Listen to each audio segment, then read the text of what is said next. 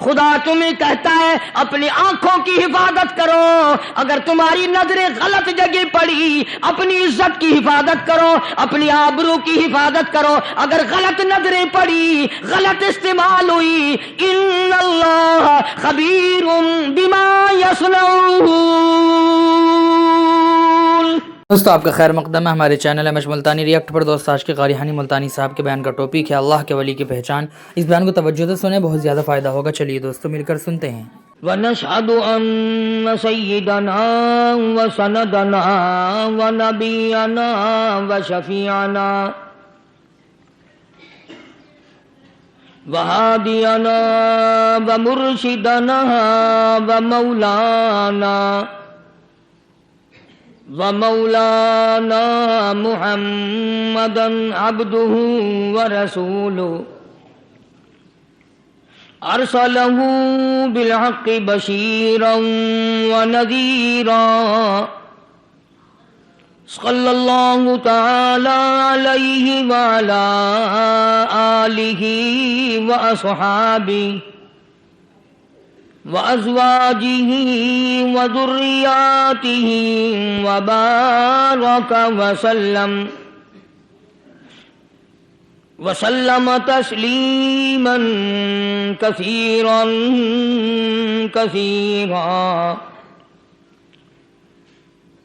أما بعد، فأعوذ بالله السميع العليم من الشيطان الرجيم، بسم الله الرحمن الرحيم۔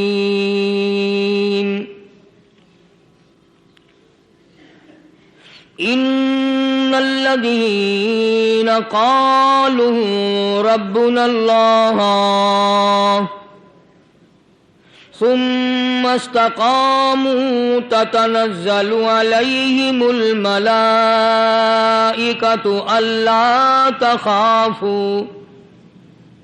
لا تخافوا ولا تحزنوا وأبشروا بالجنة التي كنتم توعدون، نحن أولياؤكم في الحياة الدنيا وفي الآخرة، ولكم فيها ما تشتهي أنفسكم وَلَكُمْ فِيهَا مَا تَدَّعُونَ، نُزُلًا مِّن غَفُورٍ رَّحِيمٍ۔ صدق اللہ مولانا العلی العظیم وبلغنا رسولہ النبی الکریم، ونحن على ذلك لمن الشاهدين والشاكرين والحمد لله رب العالمين۔ اللهم صل على محمد وعلى آل محمد كما صليت على إبراهيم وعلى آل إبراهيم إنك حميد مجيد۔ اللهم بارك على محمد وعلى آل محمد كما باركت على إبراهيم وعلى آل إبراهيم إنك حميد مجيد۔ ریکارڈنگ محمد طیب برائے آرم سی، ملنے کا پتہ طیب اسلامی ریکارڈنگ سینٹر، مدنی جامع مسجد، شارع راشد، بہاولپور روڈ، ملتان۔ اللہ کے نیک بندے، برگزیدہ بندے، اس کی تابع داری کرنے والے بندے، اس کی مرضیات پر چلنے والے بندے، دنیا کے حوادثات اور تھپیڑوں سے بچ کر اللہ اور اس کے رسول کریم صلی اللہ علیہ وسلم کا ہر وقت ذکر خیر کرنے والے بندے، اصل میں بندے یہی لوگ کہلانے کے حقدار ہیں۔ میری تیری غلطی ہے کہ ہم اپنے آپ کو بندہ سمجھتے ہیں۔ بندہ بننا بڑا مشکل ہے۔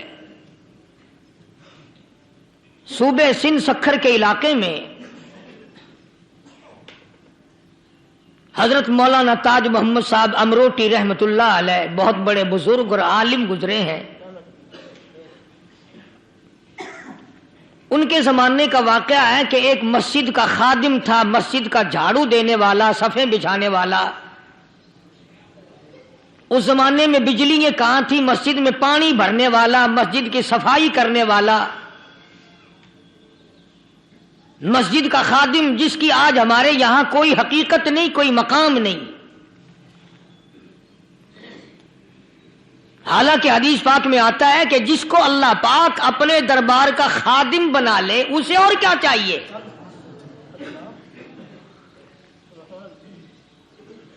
صدر کے ایوان صدر کے جھاڑو دینے والے کو فخر ہے میں ایوان صدر کا خادم ہوں. گورنر ہاؤس کے جھاڑو دینے والے کو فخر ہے میں گورنر ہاؤس کا خادم ہوں. کمشنر کے خادم کو فخر ہے میں کمشنر کا خادم ہوں. اور یہاں کوئی فخر نہیں کہ میں اس حکم الحاکمین کے دربار کا ایلچی ہوں.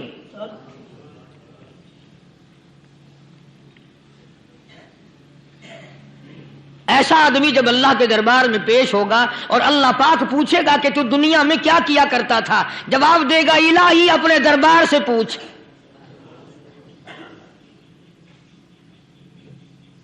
تو مسجد کا خادم تھا، نیک آدمی تھا، لوگوں کو اس کی حقیقت کا پتہ نہ تھا. اللہ والوں کی ایک یہ علامت بھی ہے، ایک یہ نشانی بھی ہے کہ وہ اپنے آپ کو چھپاتے ہیں، وہ لوگوں سے اپنے آپ کو مخفی رکھنا چاہتے ہیں. چنانچہ مسجد میں ایک خادم تھا، سکھر کے علاقے میں ایک مسافر آیا تو خادم نے اس کو روٹی بھی کھلائی، پانی بھی پلایا، خدمت بھی کی. اور عشاء کی نماز کے بعد اس مسافر کو کہنے لگا کہ میں تجھے مسجد میں نہیں رہنے دوں گا. اب وہ مسافر بڑا حیران کہ یار نیک آدمی معلوم ہوتا ہے، مجھے کھانا کھلایا، میری خدمت کی، اب یہ مجھے مسجد سے کیوں نکالتا ہے. اس نے کہا صاحب مسجد میں کسی کو سونے کی اجازت نہیں، میں مسجد میں نہیں رہنے دیتا کسی کو بھی. تو مسافر کہتا ہے کہ اس کے کہنے سے میں نکل تو گیا، دل میں میرے یہ کہ کوئی خاص بات ہے، ورنہ یہ آدمی نہ تو نفرت کرنے والا، نہ تکبر کرنے والا، نہ فخر کرنے والا ہے. کوئی بات پہلے زمانے میں لوگ سوچا کرتے تھے، اب تو ایک منٹ میں کفر کا فتویٰ لگا دیتے ہیں. اب اگر آج کوئی اس نیت سے کہہ دے مسافر کو کہ بھئی یہاں چوری ہو جاتی ہے، لاؤڈ اسپیکر چوری ہو جاتے ہیں، گھنٹے چوری ہو جاتے ہیں، لہذا مسجد میں نہ سو، اور کوئی مسجد آیا تو پھر تھانہ ہویا کہ مسافر اس وقت تو نکل گیا اور دور جا کر کے عشاء کی نماز کے بعد پھر واپس آ گیا. تو مسجد کے خادم نے سارے دروازے بند کر لیے اور دروازہ بند سارے بند کر کے رات کو اللہ اللہ کرنے بیٹھ گیا. مسافر کہتا جب وہ کہتا تھا اللہ ہو کہتا اتنی روشنی مسجد میں ہوتی تھی کہ مجھے کڑی اور شتیر نظر آتے تھے.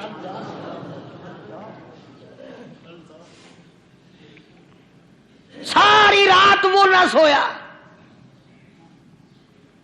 یہ جو جھنڈے لگا کے بیٹھے ہیں انہیں کون ولی کہتا ہے؟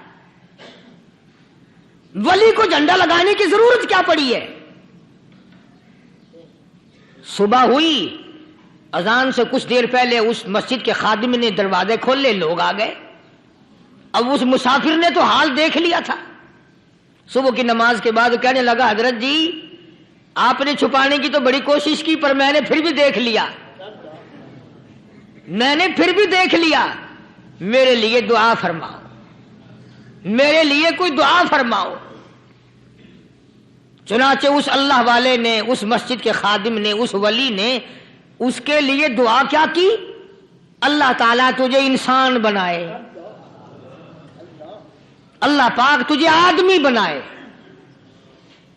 اب وہ مسافر کہتا ہے کہ کمال ہو گیا، نہ میری دکان کے لیے دعا کی، نہ میرے مکان کے لیے دعا کی، نہ میرے دولت مند ہونے کی دعا کی، نہ میرے جنت میں جانے کی دعا کی، نہ میرے قبر سے عذاب سے بچنے کی دعا کی.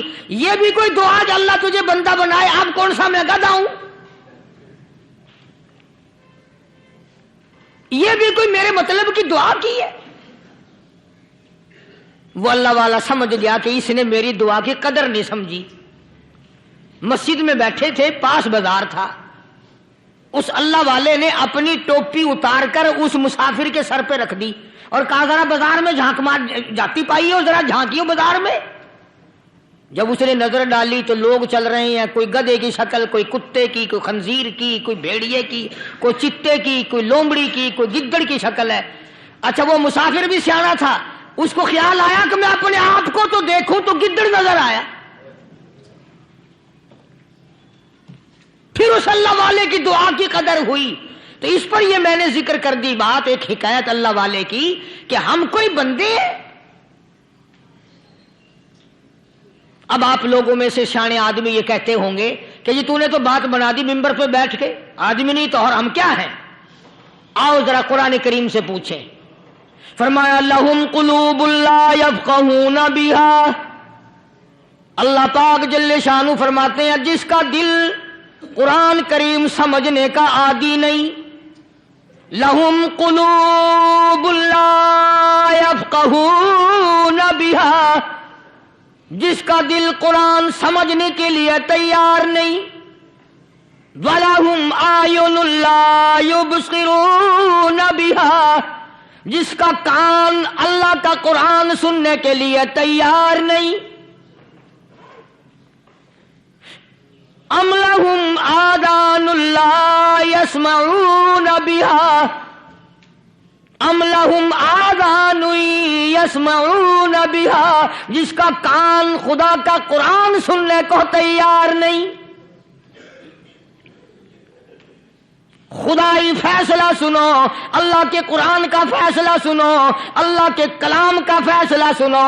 جس کا کان میرا کلام سننے کے لیے تیار نہیں، جس کو میرا قرآن سن کے مزہ نہیں آتا، جس کو میرا کلام سن کے حلاوت نہیں آتی، جس کو میرا کلام سن کے لذت نہیں آتی، جس کی روح تازی نہیں ہوتی، جس کو لطف نہیں آتا، جس کو کیف نہیں آتا، جس کو سرور نہیں آتا، جو میرا قرآن سننے کو تیار نہیں، جو میرا قرآن آنکھوں سے دیکھنے کو تیار نہیں، جو میرا قرآن سننے سمجھنے کے لیے تیار نہیں. آؤ پھر خدائی فیصلہ سنو. فرمایا اولئک کالانعام،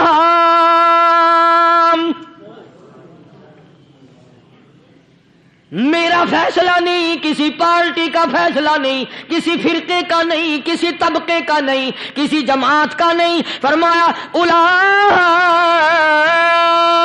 الانعام. پیدا کرنے والا مالک و خالق کہتا ہے مجھے اپنی کبریائی کی قسم یہ سارے جانور ہیں.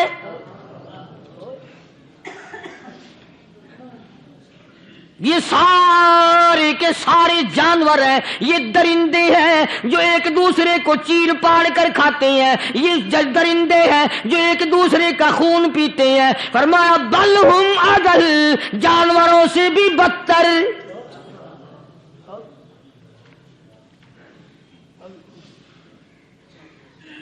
جس کے دل میں قرآن سن کر ترس نہیں، جس دل میں رحم نہیں، اپنے سے کمزور دیکھ کر جس کے دل میں شفقت نہیں، مہربانی کا مادہ نہیں.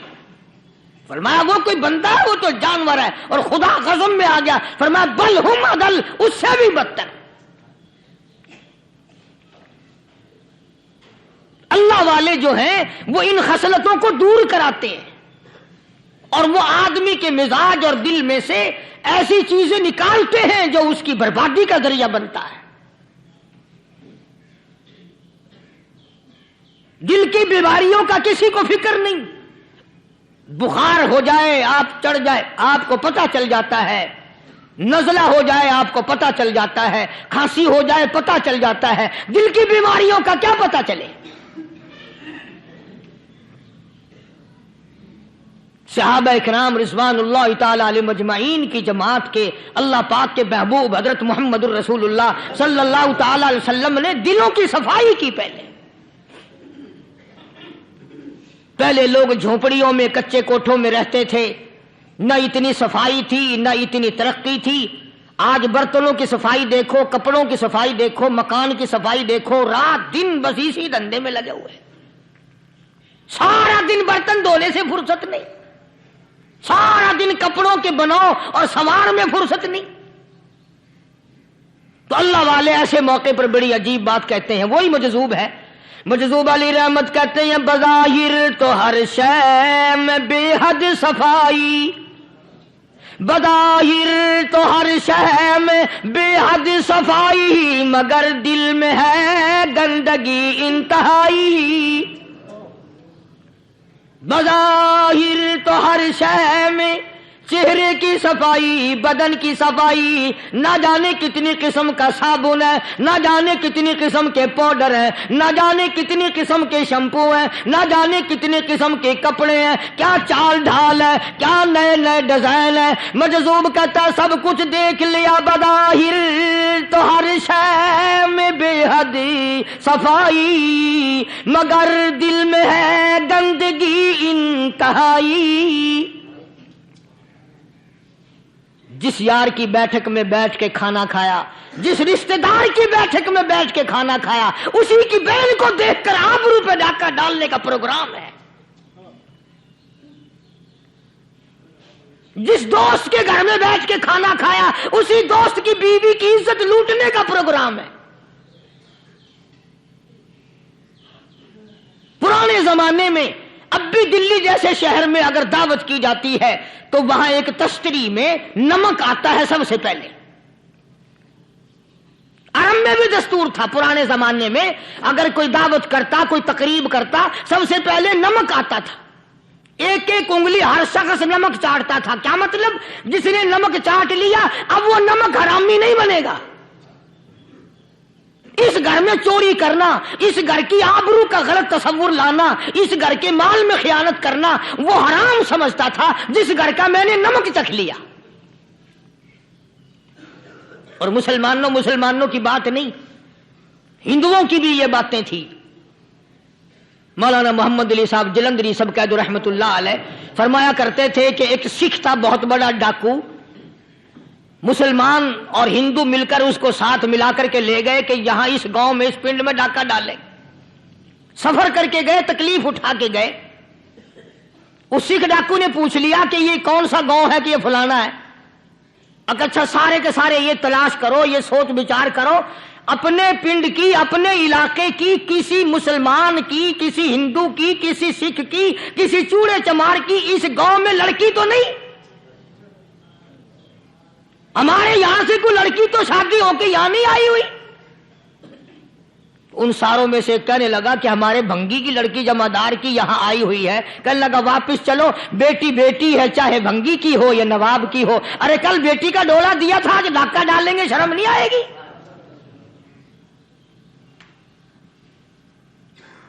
آج وہ تصور کہاں چلے گئے؟ اور ہم سب روتے پھرتے ہیں، سکون نہیں، سکون نہیں، اطمینان نہیں۔ ارے اطمینان آئے گا کیسے؟ ہمارے دل بے ایمان ہے، نیتیں خراب ہے، آئے گا کہاں سے؟ صحابہ کرام رضوان اللہ تعالی علیہ مجمعین کی جماعت نے اس قدر اس بات پہ محنت کی اور کوشش کی کہ غلط لقمہ بھی پیٹ کے اندر نہ چلا جائے۔ چنانچہ میں علی الاعلان کہتا ہوں، 1,29,000 صحابہ کرام، کالی کملی والے کے دیوانے اور پروانے، حضور کے یار جانثار، حضور کے ساتھ فاقہ کھانے والے، فاقوں مرنے والے، پتھر کھانے والے، اپنے بچوں کے ٹکڑے ہوتے ہوئے دیکھ کر لا الہ الا اللہ محمد الرسول اللہ کی صدا بلند کرنے والے صحابہ کرام کا یہ حال تھا۔ پیدل سفر کر کے جاتے تھے یہودی عیسائی، شام نکل گئے، فلسطین نکل گئے، ہندوستان آ گئے، 2 سال لگ جاتے تھے۔ اپنی جوان بیٹیوں کو مسلمانوں کے گھروں میں چھوڑ کے آ جاتے تھے۔ کبھی نگاہ نبوت نے جن کو رنگ دیا تھا، کبھی کسی صحابی پہ ذرہ برابر الزام نہیں لگا۔ ان یہودیوں کا، ان عیسائیوں کا یہ عقیدہ تھا کہ محمد صلی اللہ علیہ وسلم کے جو غلام ہیں، ان کی نگاہ بھی پاک ہے، ان کے دل بھی پاک ہیں، ان کے ارادے بھی پاک ہیں، ان کے ہاتھ بھی پاک ہیں۔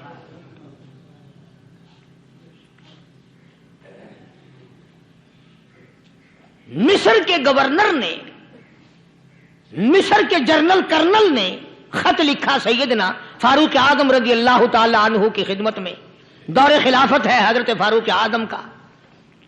کیا خط لکھا کہ حضور مجھے کافی وقت گزر گیا ہے اور فلاں علاقے میں آپ کے حکم سے ہم نے جانا ہے اور راستہ صرف ایک ہے اور اس راستے میں جال بچھا دیا گیا. اب مجھے مشورہ دیں میں کیا کروں، حکم دیں مجھے. جال کیا بچھا دیا گیا کہ ہمیں پتا چل گیا ہے عیسائیوں نے پروگرام بنایا، سینکڑوں لڑکیاں تلاش کر کر کے بڑی خوبصورت حسینہ اکٹھی کی ہیں، ان کو گانے بجانے کی ٹریننگ دی ہے، ان کو اچھی اچھی آوازوں والی لڑکیاں ڈھونڈ کے لائے ہیں اور انہوں نے یہ پروگرام بنایا کہ جب مسلمانوں کی فوج اس گلی سے گزرے گی ان کوٹھوں کے اوپر چڑھ کے گانا بجانا کریں گے تاکہ ان کے دل میں بدماشی آئے اور ان کا بیڑا غرق ہو.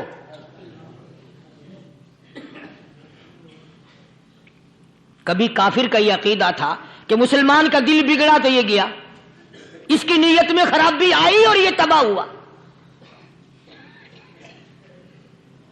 جناب فاروق اعظم رضی اللہ تعالی عنہ نے اسے یہ خط نہیں لکھا کہ تو قرآن پڑھا کر، تو نفل پڑھا کر.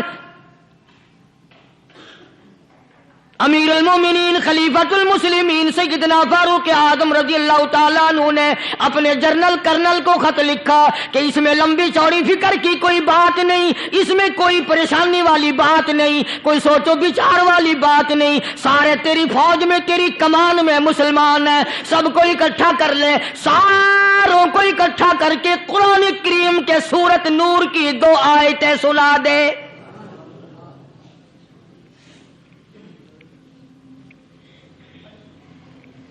یہ بھی نہیں فرمایا کہ سزا سناؤ، اتنے کوڑے لگیں گے، جو خلاف کرے گا یوں قید ہوگی، یہ کورٹ مارشل کر دیا جائے گا، کچھ نہیں. جناب فاروق اعظم رضی اللہ تعالیٰ عنہ کی رائے دیکھو، ان کے خیال میں قرآن کریم میں اتنی بڑی طاقت ہے، اتنی بڑی عظمت ہے، اتنی بڑی کرامت ہے، کلام الہی میں اتنا بڑا شرف ہے. اعلان کر دیا، فرمایا اپنے کرنل کو ساری فوج کو، لشکر کو اکٹھا کر کے قرآن کریم کی فلاں فلاں آیت سنا دے.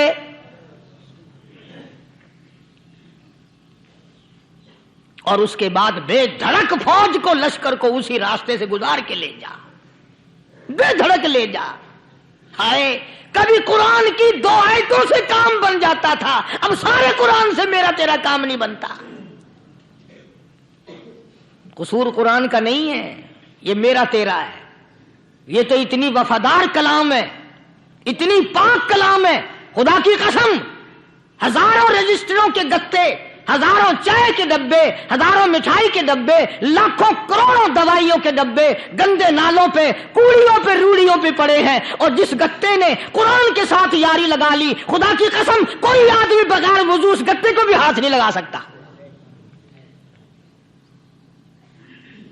ہزاروں نہیں، لاکھوں کپڑے مارکیٹ میں پڑے ہیں، پر جس کپڑے نے قرآن سے یاری لگا لی، جو کپڑا جسدان بن کر قرآن پہ چڑھ گیا، لوگ اس کو بھی چومتے ہیں اور چومنا چاہیے.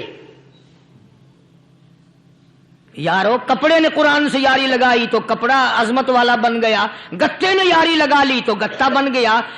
ہزاروں قسم کے کاغذات روزانہ ذلیل ہوتے پھرتے ہیں، جس کاغذ پہ قرآن لکھا گیا وہ عظمت پا گیا، جس سیاہی سے قرآن لکھا گیا وہ سیاہی عظمت والی بن گئی. ارے اگر مسلمان قرآن کو اپنے اندر پیدا کر لے، اس کی عظمت کو بسا لے، اس کو اپنا لاہ عمل بنا لے، اس کو اپنے سر پہ رکھ لے، تو کیا یہ بندہ قرآن کے ساتھ وفاداری کرے تو قرآن کیا خیال ہے قرآن بے وفائی کر دے گا؟ یقین نہیں، یقین اصل بات اعتقاد کی ہے. یقین کا تو یہ عالم بنا ہوا کہ اگر کوئی چوری کا معاملہ ہو جائے اور کسی پر شبہ ہو، اگر اسے کہو کہ قرآن اٹھا دے تو دیر نہیں لگائے گا، اور اگر کہے کہ فلانی خانگاہ کا کنڈا مار دے، کہ یہ کام میں نہیں کرتا. خانگاہ کے کنڈے پہ ایمان ہے، قرآن پہ ایمان نہیں. اس پر یقین ہے کہ پیر اندھا کر دے گا، اور یہاں یقین نہیں کہ جس خدا نے پیدا کیا اگر میں نے جھوٹا قرآن اٹھایا تو وہ برباد کر دے گا.